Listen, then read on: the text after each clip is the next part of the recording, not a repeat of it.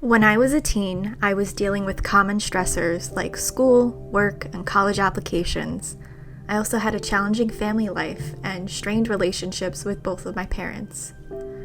But my world flipped upside down when I survived 4 hurricanes and a tornado during my senior year of high school. I thought life would go back to normal after the storms when I moved away, but something had changed in me. After 15 years spent chasing symptoms of illness and spending over $1 million in healthcare, I received a PTSD diagnosis, which was later identified as Complex PTSD because the trauma that I experienced was not isolated to my relationship with natural disasters.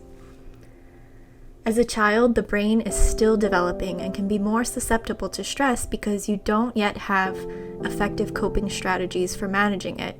So much of our sense of security as children or teens relies on our relationships with our caregivers to provide that level of support. If caretakers are emotionally immature or without effective strategies themselves, the cycle can continue for those in their care. I didn't have the appropriate support system to help buffer my experience.